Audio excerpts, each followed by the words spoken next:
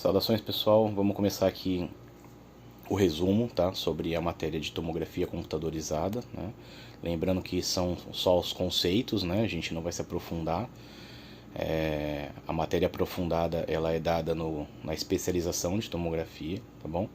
Então, como é matéria do curso, né, nós vamos apenas ficar nos conceitos, tá bom? Então vamos lá. Iniciando pela uma breve história da tomografia computadorizada, né? Ela foi desenvolvida, né, por uma equipe liderada pelo Sir Godfrey, acho que é assim que fala, né? Newbold Hounsfield.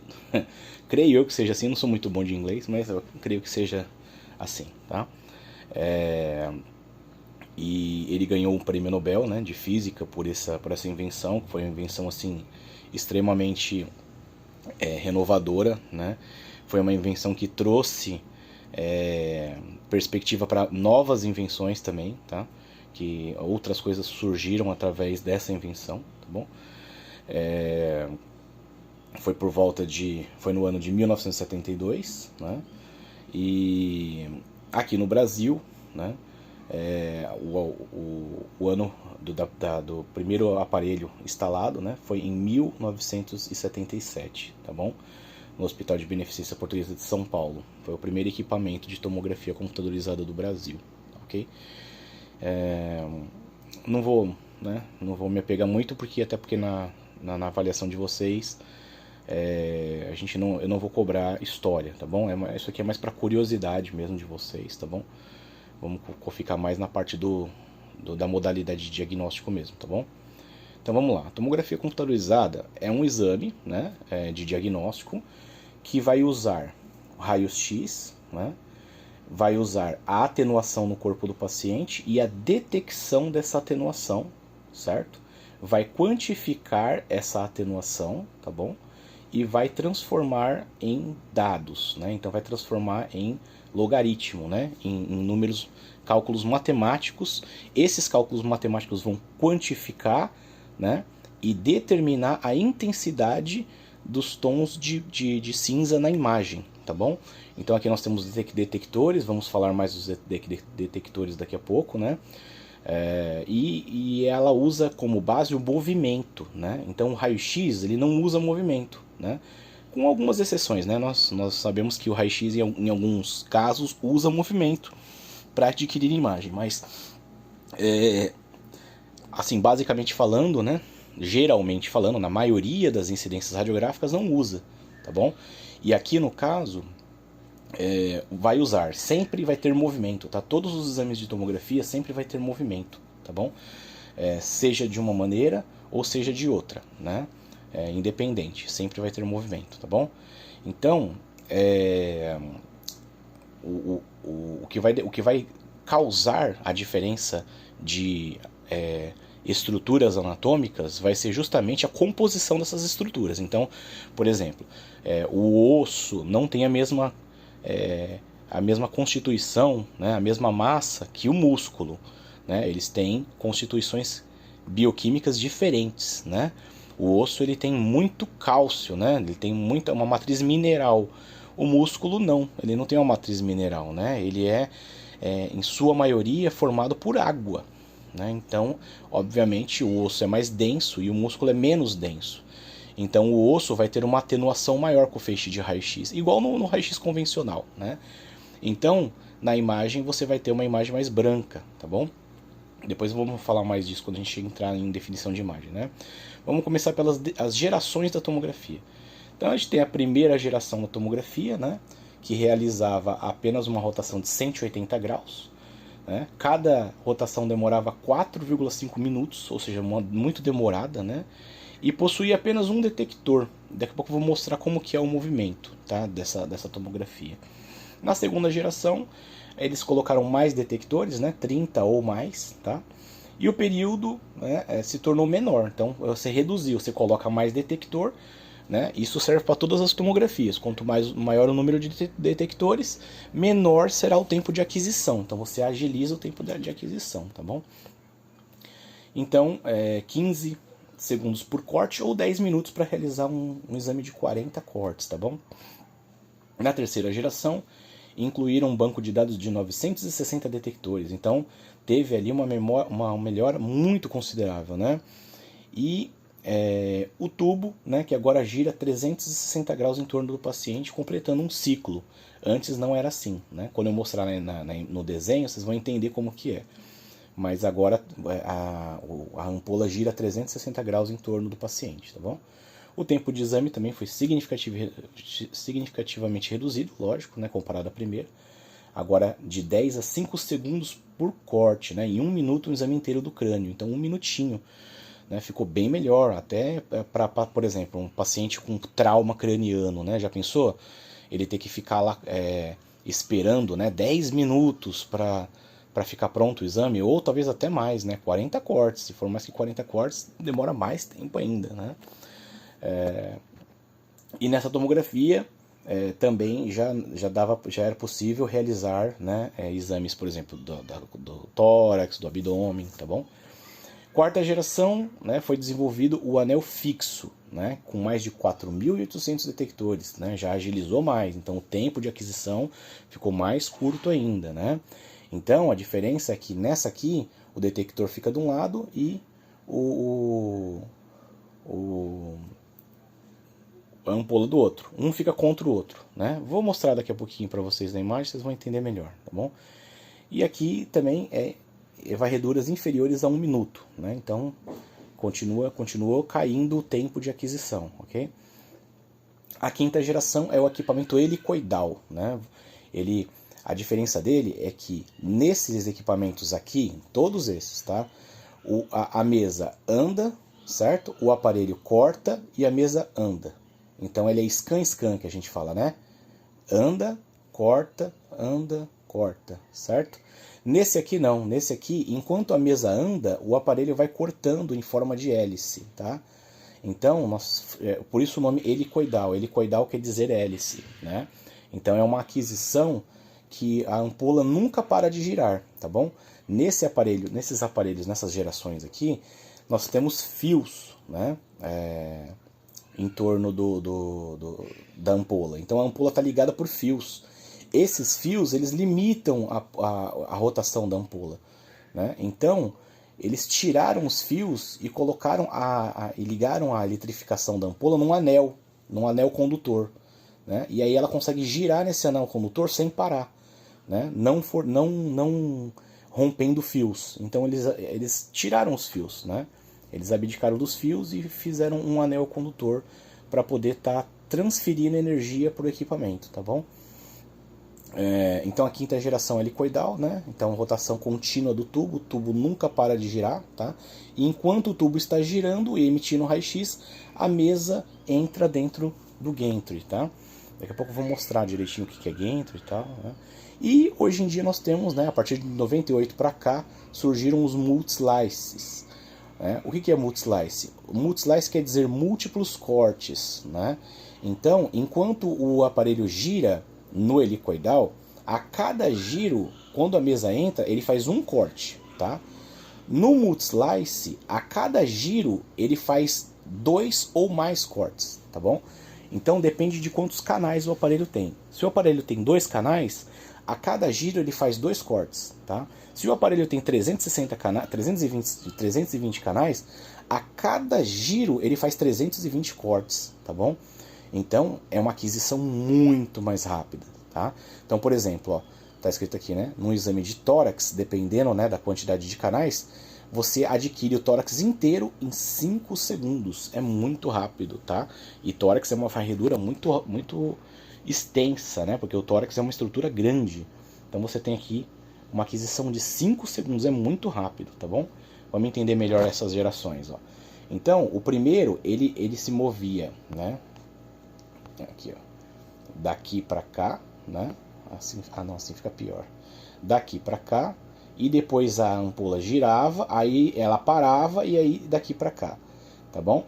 E eu só tinha um emissor e um detector que se mexia junto, para lá e para lá, tá? Aqui já não, aqui eu tenho um emissor e vários detectores, tá vendo? Então eu aumentei a quantidade de detectores, mas o movimento ainda é o mesmo. Daqui para cá, a ampola anda daqui para cá, tá bom? Nesse aqui já não, ó. Nesse aqui o detector é rotativo, então ele gira 360 graus em torno do paciente, é a terceira geração, tá vendo? Ó, e repara que o tempo de aquisição vai caindo, ó, 300 segundos, 20 segundos, 5 segundos, 1 segundo, tá vendo? Isso por corte, tá? Esse segundo aqui é por corte. Então, ó, o paciente está aqui, certo? Aqui está a ampola e aqui estão os detectores. Quando o detector gira, quando a ampola gira, o detector gira no mesmo, na mesma proporção para o outro lado, de maneira que um sempre fica oposto ao outro, tá bom? E na quarta geração, os detectores estão apresentados 360 graus em torno do paciente, ou seja, os detectores não se mexem mais, são fixos, a única coisa que se move é a ampola em torno do paciente, tá? Isso favoreceu, deixando a rotação mais leve, aumentando a rotação, tá? E aumentando até o resfriamento do tubo também. Ajudou, contribuiu, tá bom? Aqui é a demonstração do scan-scan, né? Então a mesa anda, corta, anda, corta, anda, corta, anda, corta, tá bom? Não é possível você cortar com a mesa andando, né? Ó, então aqui nós temos, por exemplo, a tomografia primeira geração, tá vendo? Ó, olha como que é o corte, ó. Ele escaneava para lá e para cá e ia girando, tá? E ele só atingia 180 graus, tá vendo? Ele não passa de 180 graus. 180 graus é o máximo, tá bom? Então ele vai para a esquerda, para a direita, vai e volta, né? Fazendo essa varredura. E repara que só tem o emissor, né? E só tem um detector, tá? Só tem um detector aqui, ó. Agora nós temos aqui o equipamento de segunda geração, tá vendo? É a mesma coisa que o de primeira. A diferença é que eles ampliaram o feixe, né? E eles aumentaram a quantidade de detectores, tá vendo?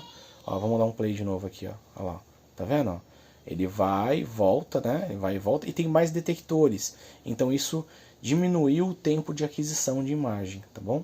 Agora o de terceira geração. Terceira geração nós já temos de um lado o emissor, né? Do outro lado o receptor, tá bom? Ambos girando, um contrário ao outro, tá? O emissor aqui, né? O receptor aqui embaixo, tá vendo aqui o receptor aqui embaixo, né? E aí ele faz já um giro de 360 graus em torno do paciente, ó. Olha lá, tá vendo? Fatiando o paciente. Um contra o outro, um de um lado, o outro do outro, mas já é 360 graus, né? Já agilizando bastante a aquisição, né? Aí aqui nós temos de quarta geração, ó, os detectores em torno, né, todo o arco, tá vendo? Ó? Tudo isso verde que vocês estão vendo aqui é detector, tá? E a ampola livre, tá vendo? Então só quem gira é a ampola, tá vendo? Olha lá, ó. Só quem gira é a ampola. O detector é fixo, ele fica parado, na mesma posição. Então a quantidade de detector é bem maior, né? E isso favorece bastante a aquisição da imagem também. Nos tomógrafos helicoidais, aí já funciona assim, ó. Olha lá, o tubo está girando e enquanto o tubo gira, a mesa está entrando, tá vendo? Então é helicoidal, né? Enquanto o paciente vai entrando no tubo, o tubo gira e a mesa entra, tá bom? Isso é um sistema helicoidal ou multislice, tá?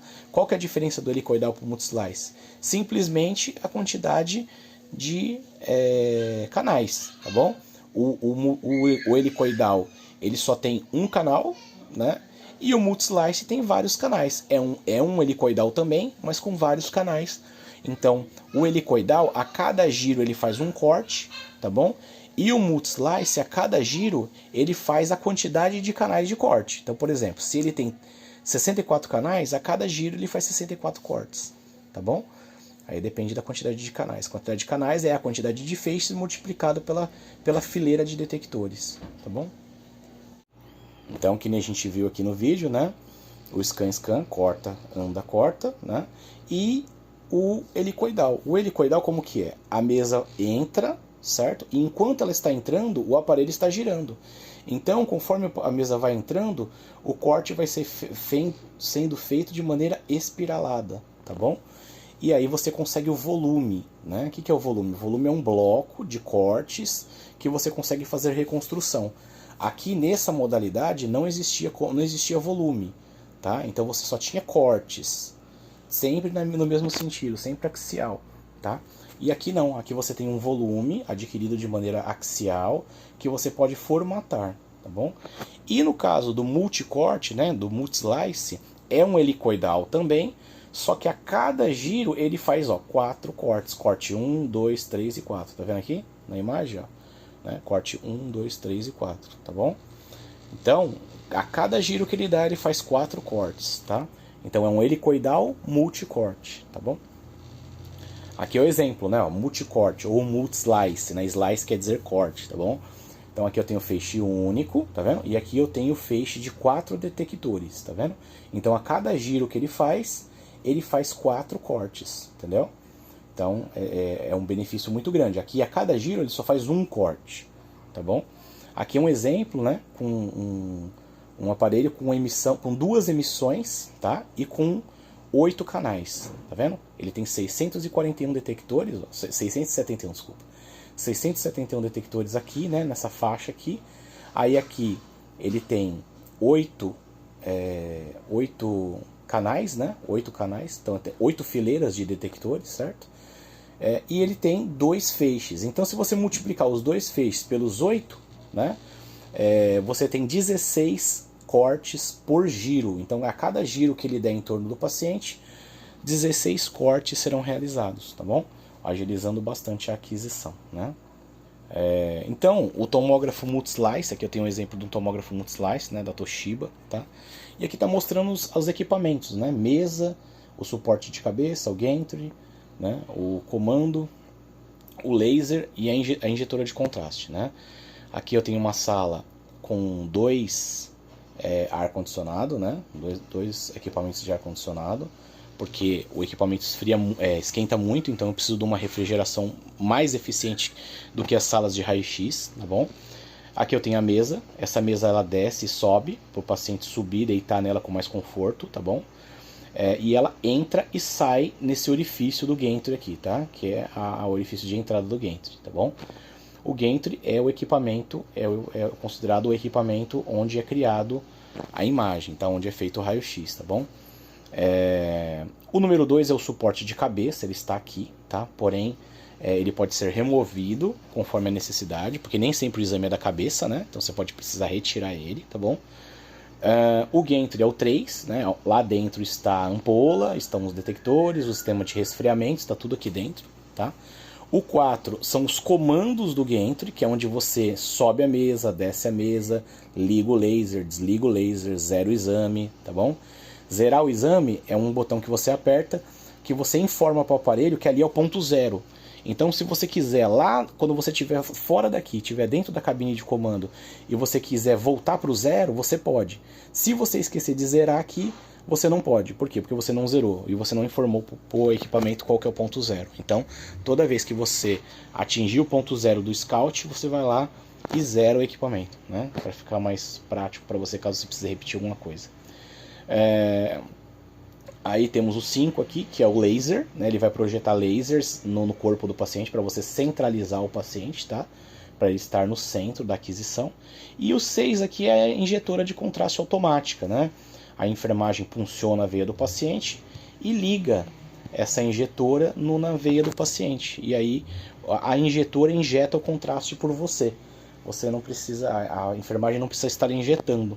Ele entra de maneira automática, com fluxo constante, uma pressão constante, e a aquisição de imagem fica muito melhor, tá? Fica muito melhor. Então, é muito mais eficiente os exames com contraste serem realizados com a injetora de contraste do que injetados de maneira manual, tá bom?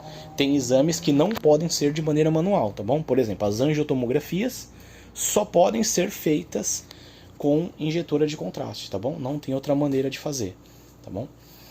Então vamos lá, continuando. Aqui está o tubo de raio-x, né? Aqui um tubo de raio-x aberto, rodando, funcionando, né? Não está disparando raio-x, mas ele está rodando, certo? E aí ele está aqui mantendo uma velocidade de 240 RPM, tá? 240 rotações por minuto. É uma velocidade bem alta, tá? É uma rotação a cada 0,25 segundos, é bem acelerado, tá? Tem que ser uma velocidade alta para poder ter a aquisição de imagem de maneira eficaz. Se for uma rotação muito lenta, não funciona, tá bom? Então aqui está o tubo, né? Aqui estão os detectores, tá?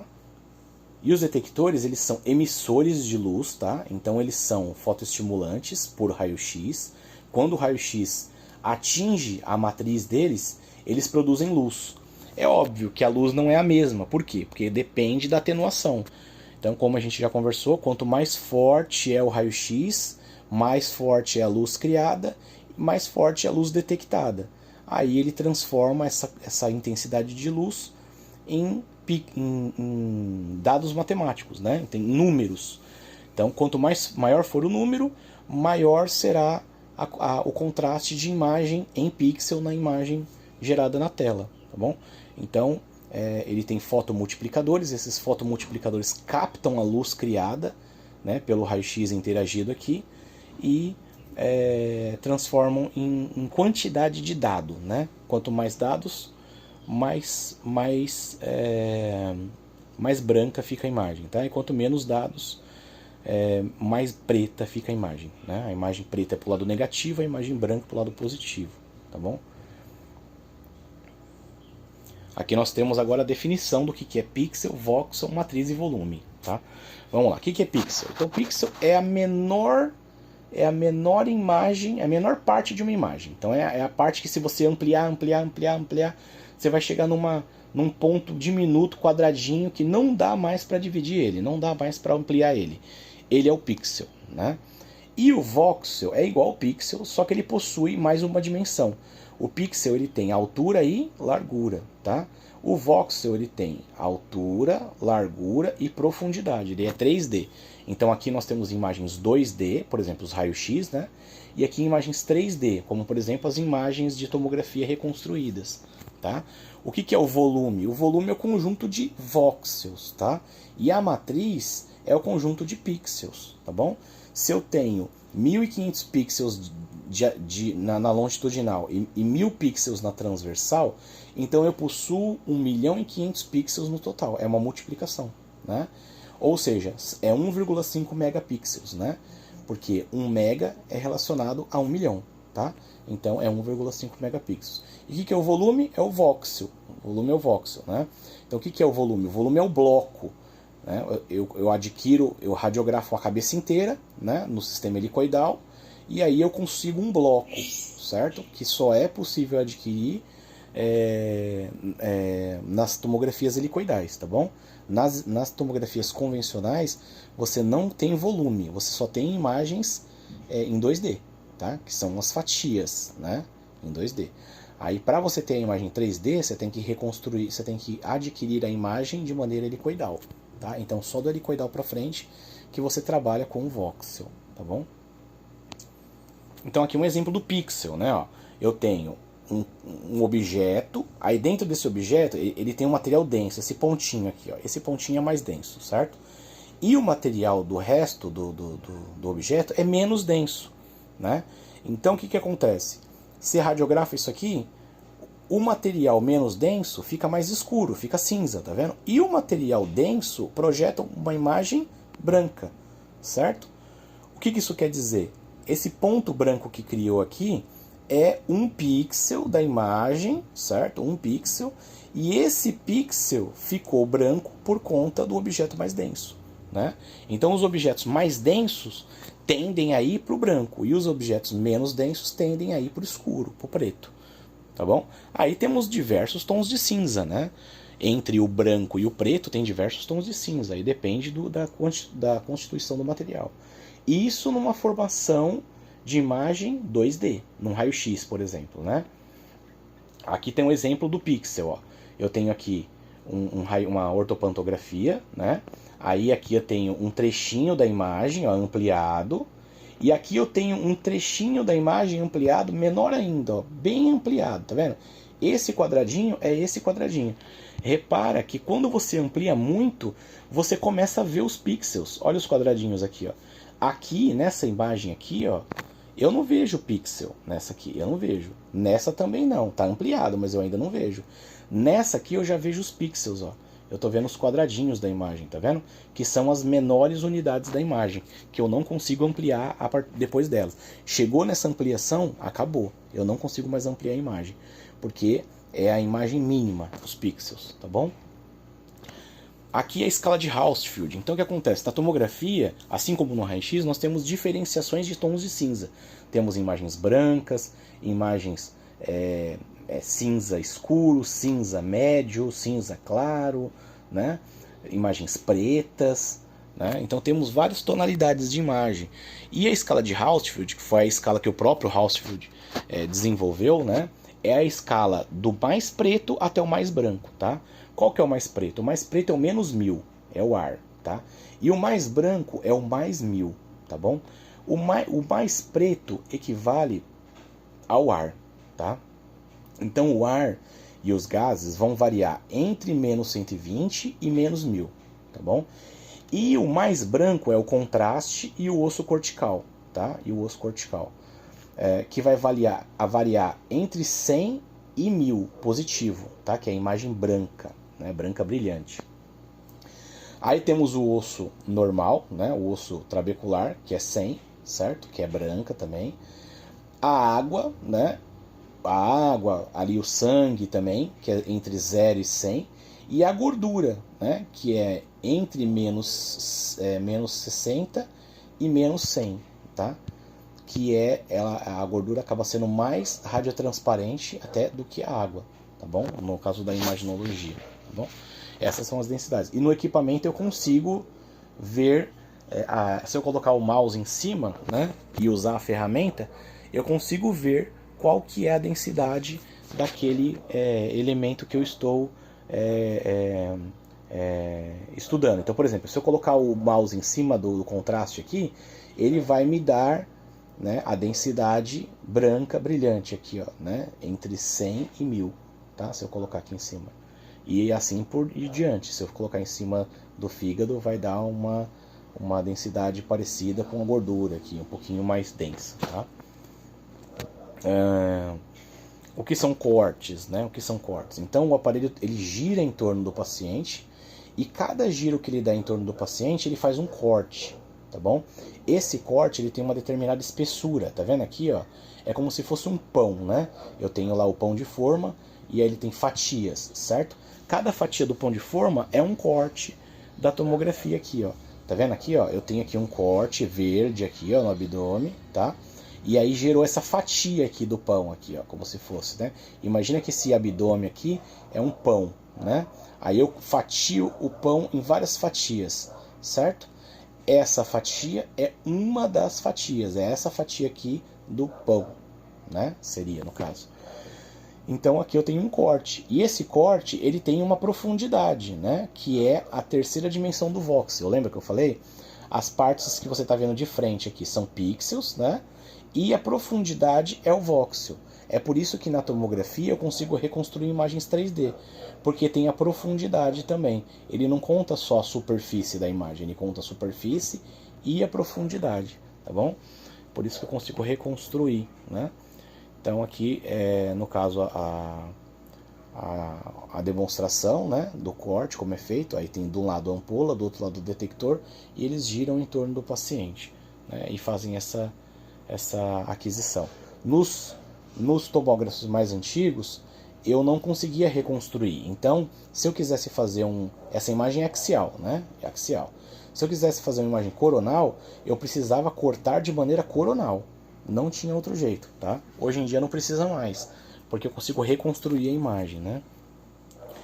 Aqui a espessura, né? Falando sobre espessura, nós temos o corte, o incremento e o pitch, tá? O que é cada um deles? O corte, gente, ele é a espessura da fatia do pão. Então, por exemplo, a espessura desse traço verde aqui, ó, é a espessura do corte, tá? Então ele vai variar de 0,5 a 10 milímetros, pode passar disso, tá? Dá para fazer cortes mais grossos que 10 milímetros, mas vocês dificilmente vão fazer isso, tá? Geralmente vai ser entre isso, entre meio centímetro, né? E 1 centímetro, tá bom? Essa geralmente é a faixa. E quanto mais fino for o corte, mais detalhe a imagem terá, né? Então a capacidade de revelar imagens depende da espessura do corte. Quanto mais fino for o corte, maior será o detalhe, tá? O que é o incremento? O incremento é o espaço do movimento da mesa para iniciar um novo corte. Então assim, a mesa, ele faz um corte, Fez o corte, a mesa vai andar, certo? E aí ele vai fazer outro corte. Se a espessura do incremento for igual à espessura do corte, então um corte vai ficar colado no outro, entendeu? Então você vai ter um corte grudado no outro. Se o incremento for maior, mais espesso que o corte, então você vai ter corte, espaço, corte. E aí entre os dois você perde informação, tá bom? Daqui a pouco eu vou mostrar na imagem isso daí, na foto, aí vocês vão entender melhor. Então tem que ser ou igual, a espessura do incremento tem que ser ou igual ou menor à espessura do corte. Então tem que ser ou igual ao do corte ou menor, tá? Ou menor, tá bom? Então aqui, por exemplo, 1 com 1, né? 1 com 1 temos um corte de 1 milímetro e o movimento da mesa para iniciar um novo corte de aquisição 1 com 1, não há espaço entre os cortes, tá bom? O que é o pitch? O pitch, ele é a relação entre o incremento e aí a rotação do turbo, né, nas imagens helicoidais. Então, o que acontece? O incremento, ele é o quê? Ele é o espaço que a mesa anda, certo? Para iniciar um novo corte, não é isso? O pitch, ele nada mais é do que... no helicoidal, a ampola fica girando, certo? Sem parar. E a mesa entra. Enquanto a ampola está girando, a mesa vai entrando, correto? Não é isso? O pitch, ele vai ser a divisão, né? Olha aqui, ó, a divisão do movimento da mesa por rotação dividido pela espessura, tá? Então, por exemplo, o movimento da mesa por rotação é 10, certo? Então, a mesa ela se move em metros por segundo, né? Ela se move em metros por segundo. E o tubo tem uma rotação, vamos colocar aí de, sei lá, 200 RPM, tá? Fazendo a conta, dá 10, certo? Que é o movimento da mesa por rotação do tubo, é 10, certo?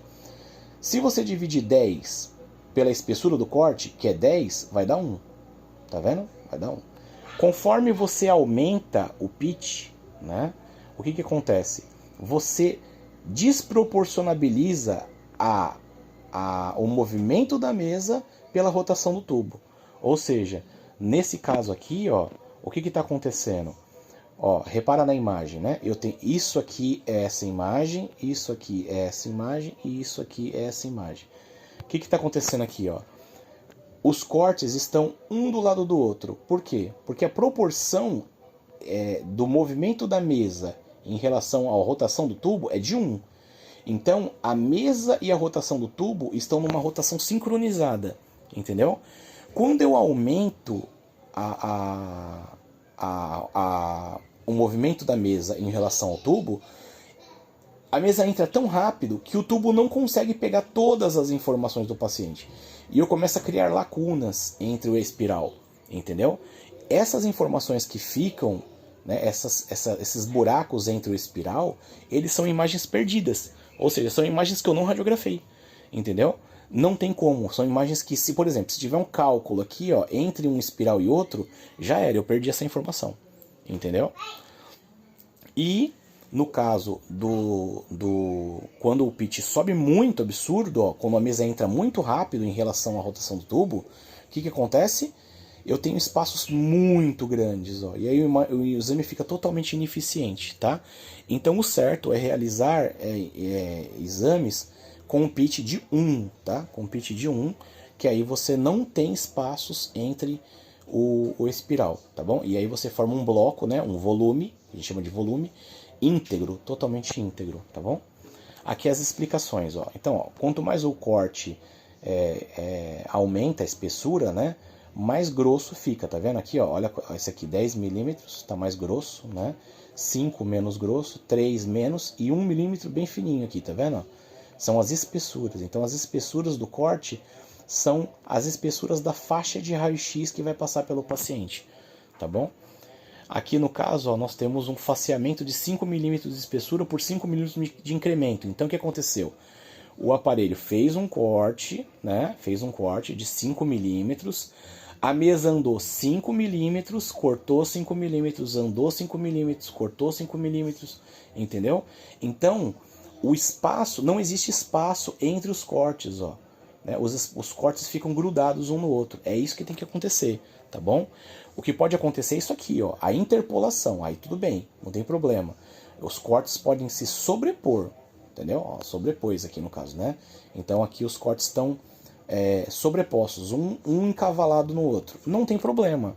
Isso é até bom, porque quando você faz isso, as imagens tridimensionais ficam melhores, tá? Elas ganham mais detalhe, né? O que não pode acontecer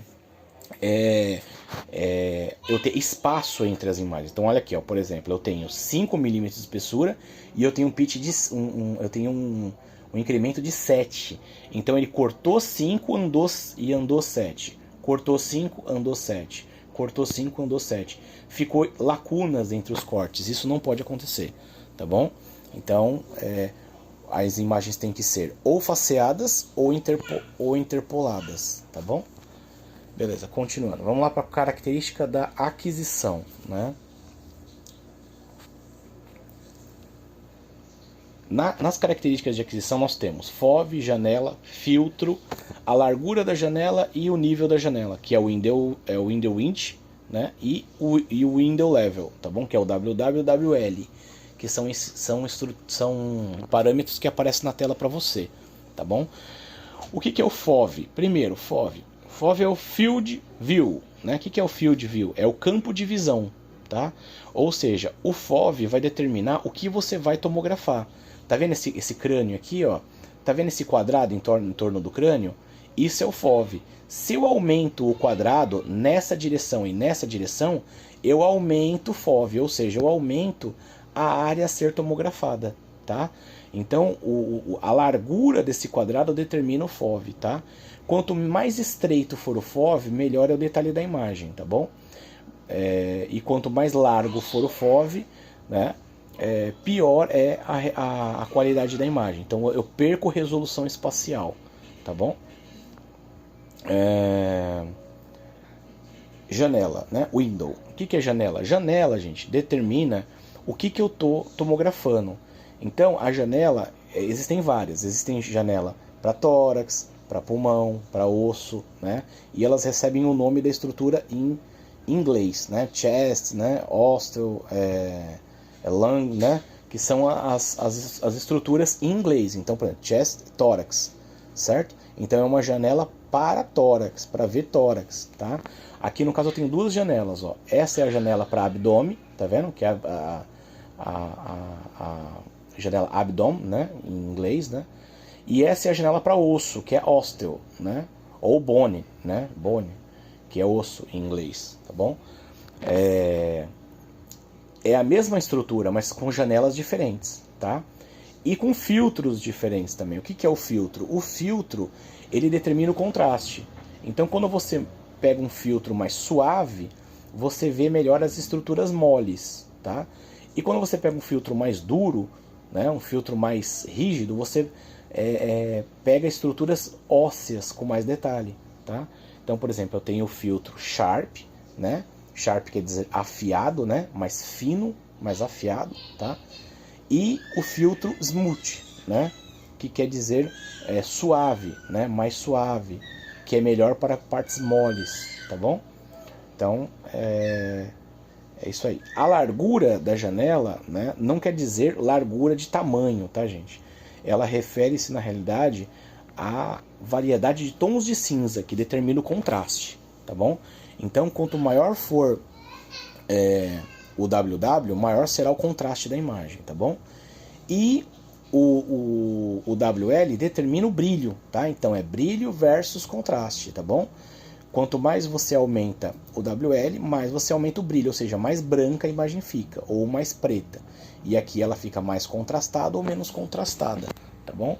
Você consegue mudar o janelamento da imagem através do window level, tá bom? Você consegue deixar ela mais contrastada, menos contrastada, mais branca e mais preta, mais clara e mais escura, tá bom? Através do mouse, através das ferramentas, tá? Procedimento. Agora vamos falar do exame em si. Então nós temos aqui a sala de exame, tá, onde é feito a tomografia, né? E na sala de exame você vai posicionar o paciente, certo? Na posição certa, lá na mesa, tal. vai subir a mesa até o ponto onde a mesa fique no centro do buraco do gantry, né? Que tava explicando, lembra que eu expliquei do buraco lá do gantry naquela imagem? Então, a mesa vai ficar no centro. Aí você vai posicionar o laser no início da estrutura, né? Que você vai radiografar, por exemplo, se for esse crânio aqui, você vai posicionar no queixo aqui, para radiografar daqui para cima, tá? Se for radiografar a cabeça, né? Se for fazer a tomografia da cabeça. Aí você vai zerar o exame, certo? Para o aparelho saber que ali é o ponto zero, né? E vai explicar para o paciente, né? Que ele não pode se mexer e tal, aquela coisa toda, igual do raio-x, né? Deixar tudo na posição. Se o exame é com contraste, a enfermagem já vai preparar a injetora de contraste já na posição certa, já conectada, já ligada. Ela começa a injetar junto com os comandos do aparelho, tá? Então é você que configura, né? Lógico, mas aí é automático, é tudo automático, tá? Você consegue começar a injeção de dentro da sala de comando, tá bom? E depois que termina ali, você vai para dentro da sala de comando. Na sala de comando, você vai puxar os dados do paciente pelo worklist, né? O que é o worklist? É a comunicação do software da Tomo, né, com o software do hospital. Então o hospital tem lá o banco de dados dele, aonde está os cadastros do paciente, né, com nome, data de nascimento, tudo. E aí o aparelho ele puxa essa lista de trabalho automaticamente. Então o médico pede lá a tomografia no sistema, já aparece na tela da tomografia o exame para fazer, tá bom? Se não for o caso, se não tiver esse worklist, você vai ter que digitar tudo. Você vai ter que escrever o nome, a data de nascimento, tá? Você vai ter que escrever todos os dados do paciente de maneira manual, com teclado, tá bom? Beleza. Cadastrou o paciente, né? Nós vamos selecionar o exame a ser feito, né? Então vamos pegar o protocolo. O que é o protocolo? O protocolo é já a programação do exame já pré-feita. Então lá já tem o tamanho da janela, já certo, o window level já está certo, já está tudo certo, tá? Já está tudo pré-programado. Você pode alterar se você quiser, né? Caso haja necessidade, mas fica sempre tudo pré-programado para ficar mais ágil o atendimento, para você não precisar fazer tudo na hora, tá? Então você selecionou, por exemplo, vamos supor que é exame da coluna, você vai selecionar o protocolo de coluna, né? E ele já vai te dar todos os parâmetros para a coluna, próprio para a coluna. A janela da coluna já vai estar na janela da coluna, o filtro para a coluna, tudo para a coluna, entendeu? Tudo específico, o FOV para a coluna, né? Tudo para a coluna, tá? E aí ele vai pedir para você fazer o topograma ou scout, que é esse raio-x aqui, tá? Então você vai apertar o botão lá de disparo do aparelho e ele vai fazer um raio-x. Esse raio-x pode ser de frente, pode ser de lado, né? Em alguns exames é necessário fazer de lado e de frente, fazer os dois, AP e perfil, tá bom? E aí você vai aparecer essas linhas e você vai usar essas linhas para programar a sua tomografia, entendeu? Então, o aparelho vai cortar o corpo do paciente conforme essas linhas, né? Aonde você delimitar as linhas, ele vai cortar. Por isso que é necessário um conhecimento de anatomia e fisiologia muito bom, tá? Se você não tiver esse conhecimento, você acaba não sabendo onde começa e onde termina as estruturas e acaba não conseguindo fazer um bom exame de tomografia, tá bom? Então, tem que ter ali um conhecimento bem aprimorado de anatomia e fisiologia, tá bom? Depois que você faz o scout, né? Aí você programa os cortes, angula eles conforme for necessário, né? Se for necessário dá para angular os cortes, porque o gantry ele inclina, né? Ele angula, então você pode inclinar, você pode angular. Se bem que nos tomógrafos mais atuais você consegue reconstruir de maneira angulada. Então, nesse caso, se você pega daqui para baixo, né, e você consegue reconstruir de maneira angulada, então você não precisaria nem angular o tubo, tá? Nesse caso. Tem gente que defende a angulação do tubo, tá? Que a matriz da imagem fica melhor, blá, blá. Tudo bem, beleza, mas né, eu não angulo o tubo e nunca voltou nenhum exame meu do laudo, né? Nenhum radiologista nunca se recusou a laudar nenhum exame meu, sempre deu certo, tá bom? Continuando, então procedimento depois disso você adquiriu as imagens, você vai ter a edição das imagens, tá? Então você vai entrar no MPR, que é a reconstrução multiplanar, né? Multiplanar vem de multiplanos, né? Vários planos. Então você vai formatar a imagem em planos diferentes. Você adquiriu em axial e você vai formatar em coronal, sagital e 3D, tá bom? Então o MPR é isso, é a formatação multiplanar para você formatar a imagem em novos planos, ou de maneira angulada, né? Por exemplo, eu quero angular os raios axiais, então eu uso o sagital para programar cortes axiais angulados, tá bom? E assim por diante, tá bom? Aqui um exemplo do MPR, né? Ó, eu tenho aqui os cortes axiais do abdômen com contraste, né? Aqui eu tenho a reconstrução sagital e a reconstrução coronal, né? Eu posso fazer a reconstrução axial a partir do coronal, né? Programando aqui, ó, no coronal. Eu posso fazer a reconstrução coronal a partir do axial ou do sagital também, né? Fazendo cortes horizontais aqui, eu obtenho imagens coronais, tá? E eu posso fazer o sagital a partir do coronal, por exemplo. Eu posso fazer cortes longitudinais aqui, né? Cortes longitudinais, e aí eu obtenho imagens sagitais, tá bom? Então é para isso que serve a plataforma multiplanar, tá bom?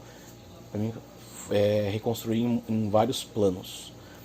Aí, após isso, né, o que eu vou fazer? Eu vou enviar as imagens para o PAX. O que é o PAX? Né? O PAX é o Picture Archiving and Communication System, né? Eu acho que é assim que fala. Mas em português fica Sistema de Comunicação de Arquivamento de Imagem. Então o que é isso? É um software que vai arquivar as imagens, vai fazer backup. Então ele vai pegar as imagens do tomógrafo e vai guardar num banco de dados, tá? Seja esse banco de dados um servidor, que é um computador que vai guardar tudo, ou seja uma nuvem, ou os dois, pode ser os dois também, tá bom?